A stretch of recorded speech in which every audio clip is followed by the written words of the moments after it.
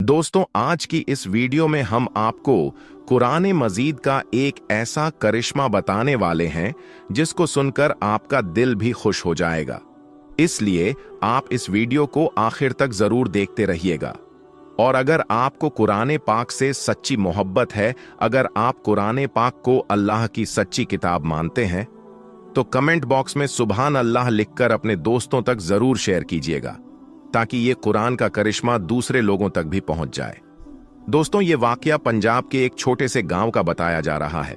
यहां पर एक हिंदू और मुस्लिम का घर पास पास में था। हिंदू के घर में एक 5 साल की बच्ची थी। वो पास में ही अपनी सहेली के घर में जाया करती थी। जिस तरह आम घरों के बच्चे अपने आसपास खेलने जाया करते हैं, वैसे ही ये बच्ची भी अपने पास के घर में खेलने जाया करती थी। ये बच्ची जिस बच्चे के साथ खेलने जाया करती थी, वो मुसलमान थी और उसकी मां अपने घर में बच्चों को कुरान मजीद सिखाया करती थी। इसलिए जब भी उसकी वालिदा बच्चों को कुरान पाक सिखाने के लिए बुलाती, तो वो हिंदू लड़की उसके साथ यानी पास में बैठ जाया करती थी। दोस्तों, धीरे धीरे उसका भी मन पढ़ने में लग गया। एक दिन उसने अपनी सहेली के मां से कहा कि अम्मा, मैं भी पढ़ना चाहती हूं। अब सहेली के मां ने साथ में उसे भी पढ़ाना शुरू कर दिया। हिंदू लड़की ने धीरे धीरे कायदा पढ़ना सीखा, फिर बकायदा कुरान मजीद भी अपनी सहेली के साथ पढ़ना शुरू कर दिया। उस बच्ची ने अपने माँ बाप को इसके बारे में कुछ भी नहीं बताया, यानी कि इस बात से उसके घर वाले अनजान थे। जब मुस्लिम लड़की ने कुरान पाक मुकम्मल पढ़ना सीखा, तब तक ये हिंदू लड़की भी पूरा कुरान मजीद पढ़ना सीख गई थी। दोस्तों, उसके बाद एक ऐसा वक्त आया कि वो बच्ची जवान हो गई। मां ने उसकी शादी एक कट्टर हिंदू नौजवान के साथ तय कर दी। वो इतना ज्यादा कट्टर था कि मुसलमानों को देखना तो दूर की बात थी, मुसलमानों से बात करना भी पसंद नहीं करता था। अब उस लड़की की शादी होने लगी। एक दिन वो लड़की अपनी मुस्लिम सहेली की वालिदा के पास गई और उसको कहने लगी कि मैंने आपसे पूरा कुरान पाक पढ़ना सीख लिया है और मैंने दिल ही दिल में कलमा भी पढ़ लिया है, मगर मैं इसके बारे में अपने घर वालों को कुछ भी नहीं बता सकती। अगर मैंने उसको बता दिया तो वो लोग मेरा कत्ल कर देंगे। अब मेरी शादी भी एक ऐसे इंसान के साथ होने वाली है जो मुसलमानों को देखना भी नहीं चाहता। अब आप ही बताइए कि मैं क्या करूं। यह सुनकर उसकी सहेली की वालिदा ने कहा कि बेटा, अगर तुझको कुरान पाक से सच्ची मोहब्बत है तो अल्लाह तबारक व ताला पर भरोसा रखो। अल्लाह रब्बुल इज्जत तुम्हारे ईमान को जाया होने से जरूर बचा लेगा। चुनांचे उस उस्तादनी ने उसकी शादी का तोहफा तैयार किया और उस तोहफे में कुरान मजीद भी रख दिया। जब तोहफा दिया गया तो उसने हिंदू लड़की की मां से कहा कि इसकी पैकिंग हमने बहुत खूबसूरत करवाई है। हमारा दिल चाहता है कि ये तोहफा बच्ची यहां ना खोले, बल्कि अपने ससुराल में जाकर खोले। तो मां बाप ने इस बात को मान लिया। चुनांचे इस तरह वो लड़की रुखसत होकर अपने ससुराल में पहुंच गई और कुरान पाक अपने साथ ले गई। उसने घर में पहुंचकर कुरान पाक खोला। लड़की ने वहां जाकर उसको कहीं सामान में छुपा दिया। अब उसका शौहर जब ऑफिस चला जाता था तो वो घर पर अकेली होती थी और कुरान को निकालकर रोजाना पढ़ती थी और शौहर के आने से पहले पहले उसे छुपा कर रख देती थी। कई साल उसने इसी तरह से गुजार दिए, यहां तक कि वो हामिला यानी प्रेग्नेंट हो गई। अब वो सोचती है कि मैंने अपने ईमान को छुपाया हुआ है, शौहर घर पर नहीं होता है तो कुरान पाक पढ़ लेती हूं। अगर मेरा बच्चा पैदा हुआ तो मेरे बच्चे के ईमान का क्या बनेगा। और वो दुआएं मांगती थीं कि या अल्लाह, कोई ऐसी तरकीब बना दे कि मैं अपने बच्चे को कलमा पढ़ाऊं और वो भी मुसलमान बन जाए। उसे कोई सूरत नजर नहीं आ रही थी। एक दिन उसके शौहर ने हॉस्पिटल में टेस्ट करवाया तो उसको पता चला कि उसको कैंसर की बीमारी है। शौहर बड़ा हैरान और परेशान घर आया। अपनी बीवी को देखकर रोने लगा तो बीवी ने पूछा, रो क्यों रहे हो? उसने कहा, तू मुझसे इतनी मोहब्बत करने वाली है, इतनी खूबसूरत है, इतनी वफादार है, और अब तेरा और मेरा साथ सिर्फ चंद दिन का है। अब मैं बस मरने ही वाला हूं। डॉक्टर ने बताया है कि मुझे कैंसर है। डॉक्टर ने मुझे लाइलाज करार दे दिया है। कैंसर इतना फैल गया है कि वो कहते हैं कि तू 1 महीना भी जिंदा नहीं रहेगा। उसकी बीवी ने कहा, नहीं आप परेशान ना हो, मेरे पास ईस की एक दवा मौजूद है, वो मैं करती हूं। मुझे उम्मीद है कि आप सेहतयाब हो जाएंगे। ये सुनकर शौहर ने वादा कर लिया कि अगर मैं सही हो गया तो जो तुम कहोगी मैं वो काम करूंगा, तुम्हारी हर ख्वाहिश पूरी करूंगा। उस लड़की ने कुरान पाक की सूरह फातिहा पढ़कर उस पर दम करना शुरू कर दिया और दम करके पानी पिलाना शुरू कर दिया, क्योंकि उसने अपनी उस्तादनी को देखा था कि वो किसी भी बीमार बच्चे को सूरह फातिहा पढ़कर पानी पिलाती थी तो वो बच्चा बिल्कुल ठीक हो जाता था। तो शौहर ने पूछा कि ये तुम क्या कर रही हो? तो वो कहती है कि मैं तुम्हारा इलाज कर रही हूं। तुम्हारा मेरा वादा है कि अगर तुम सेहतमंद हो जाओगे तो बस मेरी बात मानोगे। तो शौहर ने आगे पूछना मुनासिब नहीं समझा कि तुम क्या करती हो और क्या नहीं करती हो। दोस्तों, अल्लाह की शान देखें कि 1 महीना वो लड़की सूरह फातिहा पढ़कर दम करती रही। फिर 1 महीने के बाद टेस्ट करवाया तो डॉक्टर ने कहा कि तुम्हें तो जिंदगी में कभी कैंसर था ही नहीं, कैंसर का नामो निशान तक आपके जिस्म में मौजूद नहीं है। अल्लाह ने उसको सेहत अता फरमा दी। जब रिपोर्ट्स बिल्कुल क्लियर आ गईं, तो शौहर ने बीवी से कहा कि मैं अपना वादा पूरा करना चाहता हूं, बताओ तुम क्या चाहती हो, मैं क्या करूं? तो उसने कहा कि आप कलमा पढ़ो और मुसलमान हो जाओ। तो शौहर ने पूछा कि तुम ये क्या बातें कर रही हो? लड़की ने अपनी पूरी कहानी सुनाई कि मैं अपनी सहेली के साथ मुसलमान औरत के घर जाती थी और मैंने वहां कायदा पढ़ा और कुरान पढ़ना सीखा और मैं दिल ही दिल में मुसलमान हो गई थी। और जब आप ऑफिस चले जाते थे तो आपके पीछे में कुरान पाक की तिलावत करती थी और मैं दुआ करती थी कि अल्लाह करे कि आप भी मुसलमान बन जाएं और मेरे होने वाली औलाद भी मुसलमान हो जाए। और अब आप मेरी बात माने और अपना वादा पूरा करें। प्यारे दोस्तों, अल्लाह की शान, उस नौजवान ने कलमा पढ़ा और वो भी मुसलमान हो गया। फिर उस औरत के यहां बेटा पैदा हुआ, बेटे को भी कलमा सिखाया और अब ये मियां बीवी और बेटा सब मुसलमान हो गए। इनको डर ये था कि हम अगर मुसलमान होने का इजहार कर देंगे तो हमारी बिरादरी वाले हमें जिंदा नहीं छोड़ेंगे। शौहर ने कहा कि तुम इसकी फिक्र मत करो, मैं इसका बंदोबस्त करता हूं। उसने अपनी जॉब के लिए सऊदी अरब में अप्लाई किया और अल्लाह ने उसको एक अच्छी जॉब अता कर दी। चुनांचे शौहर अपनी बीवी और बच्चे को लेकर सऊदी अरब चला गया और बाकी की जिंदगी इसने सऊदी अरब में मुसलमान बनकर गुजरी। ये कुरान मजीद की तिलावत भी करता था और वहां 5 वक्त की नमाज भी अदा करता था।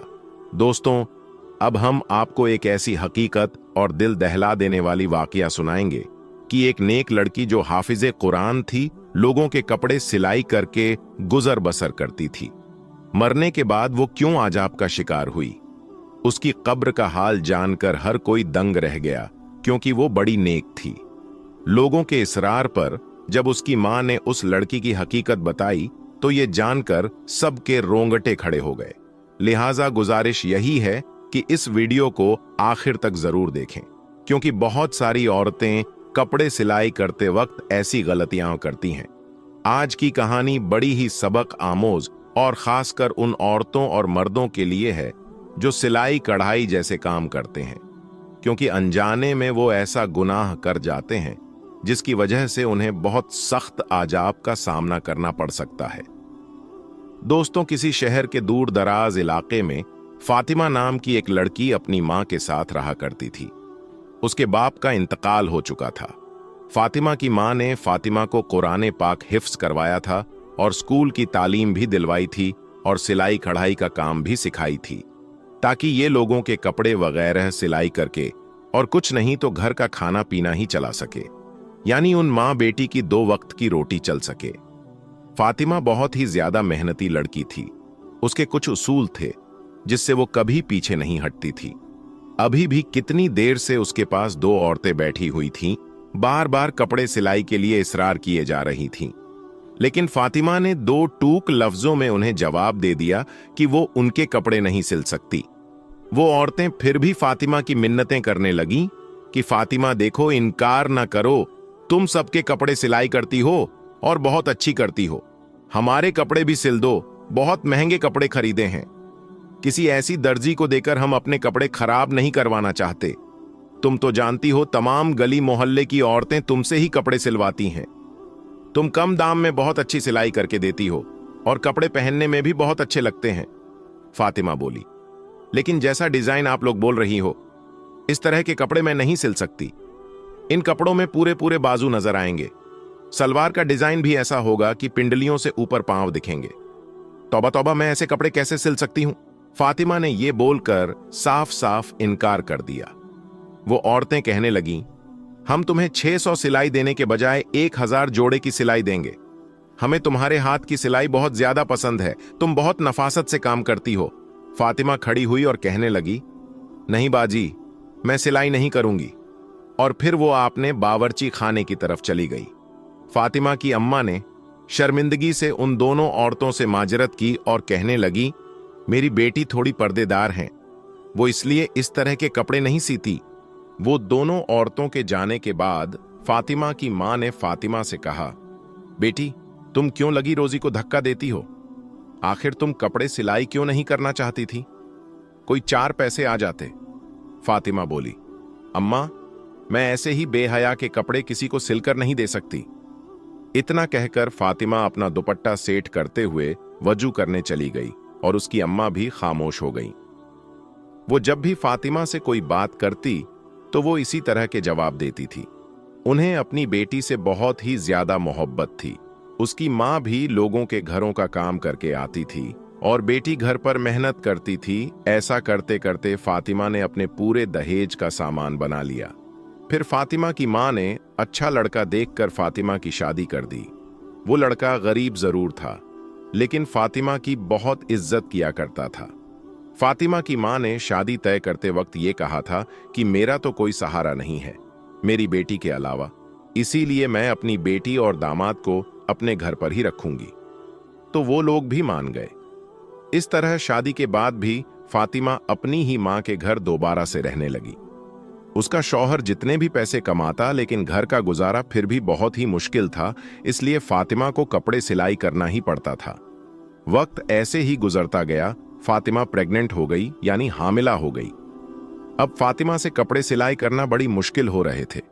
इधर फातिमा को यह खुशखबरी मिली और उधर से शौहर ने घर आकर बताया कि उसे नौकरी से निकाल दिया गया है। फातिमा ये बात सुनकर रोने तड़पने लगी कि अब मेरा क्या होगा? मैं इस हाल में भी कपड़े सिलाई करूंगी क्या? मुझे सुकून नहीं मिल सकता। हालांकि फातिमा का शौहर फातिमा का बहुत ही ज्यादा ख्याल रखता था। जब वो कपड़े सिलाई करने बैठती तो फातिमा को वहीं बैठे चाय भी बना कर देता, कभी खाना बना कर देता और बाहर नौकरी भी करता था। अब अक्सर ही फातिमा की अपने शौहर से काम के सिलसिले में बहस हो जाती और फातिमा अपने शौहर से बदतमीजी करने लगती। जब खाना खाने बैठता तो आगे से ये कह देती, काम के ना काज के दुश्मन अनाज के। वो बेचारा 2 निवाले खाता और उठकर बाहर चला जाता। हालांकि वो भी रोज काम ढूंढने के लिए जाता था और ये तो अल्लाह ताला की मर्जी थी कि उसको काम मिल ही नहीं रहा था। ऐसा करते करते आखिर वो दिन आ गया कि फातिमा के घर में बेटी पैदा हुई। फातिमा का शौहर और फातिमा की मां बच्ची को देखकर बहुत ही ज्यादा खुश हुए। फातिमा का शौहर तो बच्चे की खुशी में घर घर में मिठाइयां बांट रहा था। इधर फातिमा के शौहर को बच्ची की खुशी मिली और उधर फातिमा के शौहर का काम भी लग गया। जहां फातिमा के शौहर को काम मिला, वो ठेकेदार बड़ा ही सख्त मिजाज का था। मजदूरों के साथ बदतमीजी से पेश आता। उसे बस काम ही प्यारा था। लोग बस मजबूरी के तहत उसके पास में काम करते थे और अक्सर वो मजदूरों को गंदी गालियां भी दिया करता था। इधर फातिमा के घर का गुजारा मुश्किल हो रहा था। जब बेटी थोड़ी सी बड़ी हुई तो फातिमा ने फिर से अपनी सिलाई कढ़ाई का काम शुरू कर दिया ताकि उसकी बेटी का खर्च भी पूरा हो सके। जो भी औरतें कपड़े सिलवा कर ले जाती, उनके कपड़े में से जो कपड़ा बच जाता वो औरतें उसी को दे देती। उसी कपड़े से वो अपनी बेटी के छोटे छोटे फ्रॉक सिलवाया करती थी और उसको पहनाती। इसी तरह वो गुजर बसर कर लेती, क्योंकि फातिमा के शौहर की इतनी कमाई तो नहीं थी कि जिससे वो ज्यादा खर्च कर सके। बिजली के बिल और घर का सौदा अकेला शौहर पूरा कर सकता था। फिर एक दिन खुदा की करनी ऐसी हुई कि उन लोगों के घर में जलजला सा आ गया। हुआ कुछ यूं कि फातिमा का पांव अचानक सीढ़ियों से फिसला और पहली सीढ़ी से गिरती हुई आखिरी सीढ़ी तक आ गई और उसके सर से बहुत खून बह गया। फातिमा की मां रोने चिल्लाने लगी। पूरा मोहल्ला उनके घर में इकट्ठा हो गया। जल्दी से फातिमा के शौहर को खबर दे दी गई। जुमा का दिन था और फातिमा का शौहर इसलिए आज काम पर था कि एक्स्ट्रा जो पैसे मिलेंगे मैं अपनी बच्ची के लिए खिलौने खरीदूंगा। उस दिन और कोई मजदूर वहां काम नहीं कर रहा था। जब फातिमा के शौहर को बीवी की ऐसी खबर मिली तो जल्दी से अंधाधुंध उसने ताले लगाए और भागकर घर वापस आ गया। चाबी उसने अपने जेब में रख लिया और जल्दी से घर आ गया। डॉक्टर के पास ले जाते फातिमा रास्ते में ही दम तोड़ गई। फातिमा के शौहर को फातिमा की कही हुई बातें बहुत याद आ रही थीं। वो तड़प तड़प कर रो रहा था और फातिमा की मां भी बिलक बिलक कर रो रही थी।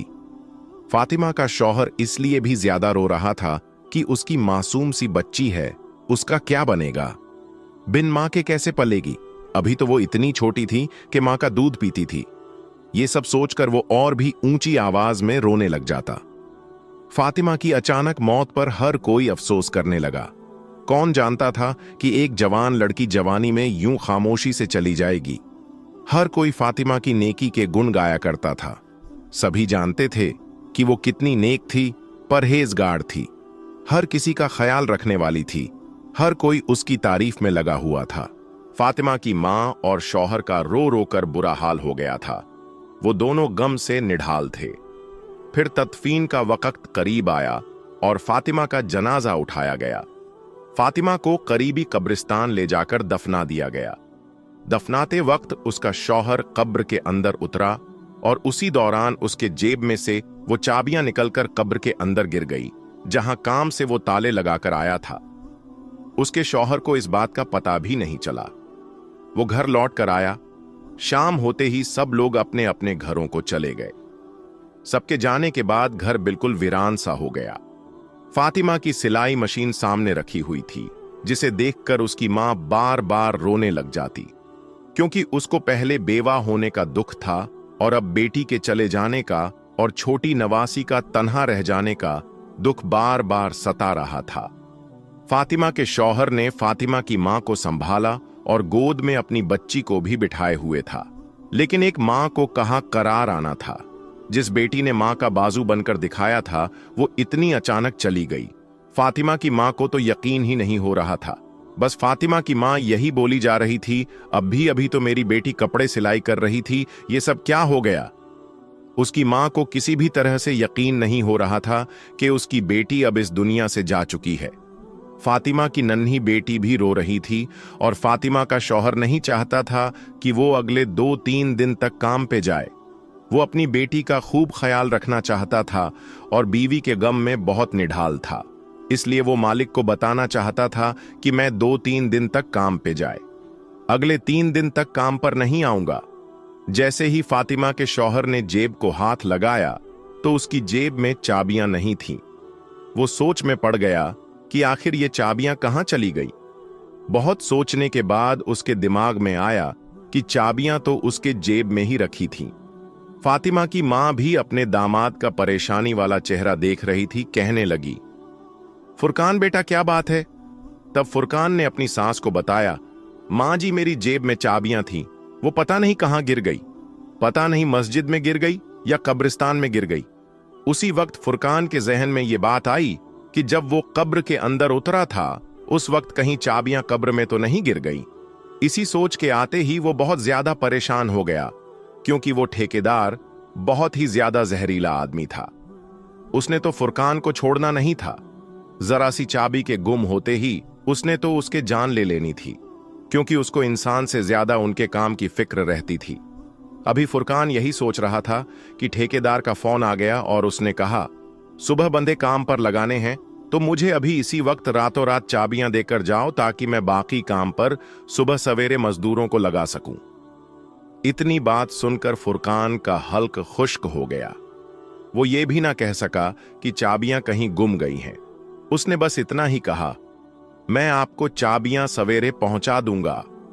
अब उसे रातों रात में चाबियां तलाश करनी थीं। बहुत सोच विचार के बाद उसने कब्रिस्तान का रुख किया। रात के 12 बज रहे थे और फातिमा की बेटी अभी नानी के पास सो रही थी। फातिमा का शौहर रात के 12 बजते ही कब्रिस्तान की तरफ कदम बढ़ाने लगा। उसका दिल घबराहट का शिकार था। वो बहुत ज्यादा परेशान होने के साथ साथ खौफजदा भी था। उससे पहले वो कभी इतनी रात को कब्रिस्तान नहीं आया था। ये कब्रिस्तान गांव से कुछ दूर के फासले पर था। उसे बिल्कुल भी समझ में नहीं आ रहा था कि वो करे तो क्या करे, लेकिन ये भी मजबूरी थी। वो कीमती चाबियां थीं जिसको इसने अपनी लापरवाही से घुम कर दी थी, और उन चाबियों को तलाश करते करते वो रात के 12 बजे कब्रिस्तान में पहुंच गया। फातिमा के शौहर फुरकान का दिल बैठने लगा। शाम को ही उसने अपनी बीवी को जिस कब्र में दफन किया था वो उसके करीब पहुंच गया। फिर उसने पैरों की तरफ से खुदाई शुरू कर दी। उसका मकसद अपनी चाबियों को हासिल करना था। अभी उसने थोड़ा हिस्सा ही खोदा तो गौरखन वहां पहुंच गया और गुस्से से कहने लगा, ये तुम क्या कर रहे हो? तुम कोई कफन चोर हो? फातिमा के शौहर ने घबराकर टॉर्च अपने चेहरे की तरफ किया तो गौरखन कहने लगा, तुम तो वही हो ना जिसकी बीवी का शाम में इंतकाल हुआ था। फातिमा का शौहर घबराकर कहने लगा, मैं शाम को अपनी बीवी को यहां दफनाने आया था, लेकिन बीवी को दफनाते हुए कीमती चाबियां मेरी जेब से कब्र में गिर गईं और वो मेरे लिए बहुत ही ज्यादा जरूरी है। मेहरबानी आप ही मेरी मदद कर दो। ये सुनना था कि वो आदमी जो गौरखन था फातिमा के शौहर की मदद करने लगा। दोनों ने मिलकर बहुत जल्द अच्छी खासी कब्र खोद ली। गौरखन के साथ मिलने से फातिमा के शौहर का डर भी खत्म हो चुका था और चाबी मिलने की उम्मीद भी जाग उठी थी। कुछ ही देर बाद कब्र पूरी तरह खुल चुकी थी। जब फातिमा के शौहर ने कब्र के अंदर का मंजर देखा तो फातिमा का शौहर बेहोश होकर गिर गए। गौरखन ने दोबारा से जल्दी जल्दी कब्र में मिट्टी डालना शुरू कर दी और उसके भी पसीने छूट रहे थे, और वो कहने लगा, तुम्हारी बीवी कैसी औरत थी जो उसकी कब्र में ऐसा भयानक आजाब हो रहा है? फातिमा के शौहर को तो खुद पर यकीन ही नहीं आ रहा था। जो कुछ उसने देखा है वो सच में क्या उसकी बीवी के साथ में हो रहा था। फातिमा तो बहुत अच्छी और नेक थी। उसकी नेकी का तो हर कोई एतराफ करता था। उसने तो कभी कोई ऐसा गुनाह नहीं किया था जिसकी वजह से उसका ये हाल हुआ हो। वो परेशानी से तड़पने लगा कि मेरी बीवी को ऐसी कौन सी गुनाह की इतनी बड़ी सजा मिल गई। गौरखन ने कहा, तुम चाबियों का कोई और इंतजाम कर लो। कब्र में चाबियां ढूंढना बहुत ही ज्यादा मुश्किल है, और तुमने खुद ही देखा ना कि उसका ये अजाब खत्म नहीं हो रहा और वो किस हाल में है।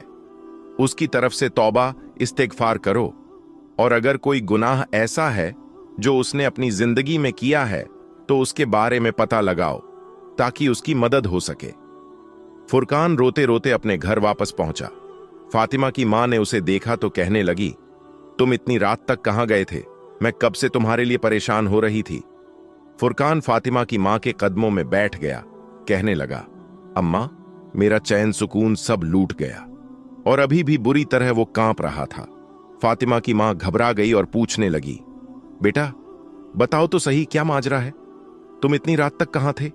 फुरकान ने बताया, वो चाबियों की तलाश में कब्रिस्तान गया था, लेकिन वहां जाकर जो मंजर मैंने देखा उसके बाद शायद मैं सारी जिंदगी सुकून की सांस ना ले सकूं। फातिमा की मां भी डर गई और कहने लगी, पहेलियां ना बुझाओ फुरकान, बताओ तो सही क्या हुआ। और फुरकान ने रोते हुए बताया कि जब फातिमा की कब्र खोदी गई ताकि चाबियों की तलाश किया जाए तो कब्र का मंजर देखकर मेरे होश उड़ गए। अम्मा, फातिमा जैसी नेक औरत को इतना सख्त अजाब हो रहा था, मैं आपको बता नहीं सकता। फातिमा के होंठों पर आग जल रही थी और वो बुरी तरह से चीखें मार रही थी। मैंने आग बुझाने की कोशिश की तो मुझे उसके स्याह होंठ नजर आए जो बहुत बड़े हो चुके थे, जैसे लटक गई हो, जबकि बाकी का जिस्म सलामत था। थोड़ी देर के लिए आग बुझी और फिर दोबारा भड़क उठी। पहले तो मैं समझ नहीं सका कि यह खुदा की तरफ से अजाब है, लेकिन गौरखन ने मुझे बताया कि यह अजाबे इलाही है। और सिर्फ उसके होठों को जला रहा है। फुरकान रोते हुए कहने लगा, अम्मा समझ नहीं आता, उसके होठों पर आग क्यों लगी हुई थी? वो तो उन होठों से हर वक्त अल्लाह ताला का जिक्र किया करती थी।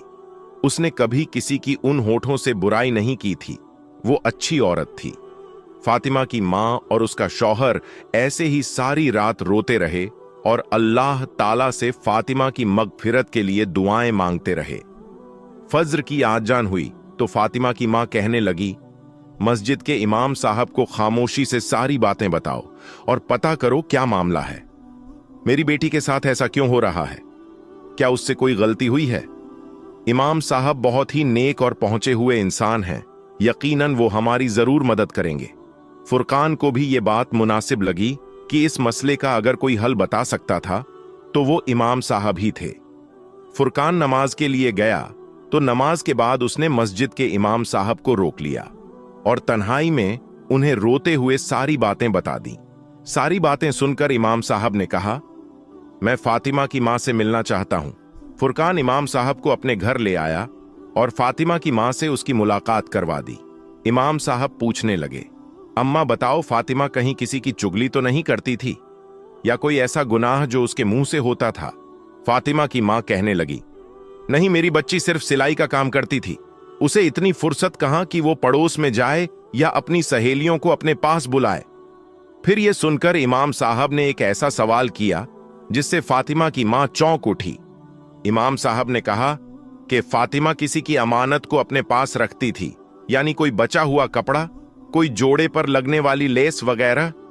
फातिमा की मां कहने लगी, फातिमा तो बचे हुए कपड़े और धागे वगैरह सब कुछ वापस लौटा देती थी और जो कपड़ा उसे चाहिए होता था तो वो पूछ कर लिया करती थी। इमाम साहब कहने लगे, सोच लो, क्या ऐसी गलती हो सकती है जिसकी वजह से उसके मुंह को ही आजाब हो रहा है, लेकिन फिर भी उसने जाने अनजाने में कोई ऐसा गुनाह तो जरूर किया है। अमानतों के मामले में हमें बहुत सख्त तौर पर सवाल जवाब का सामना होगा।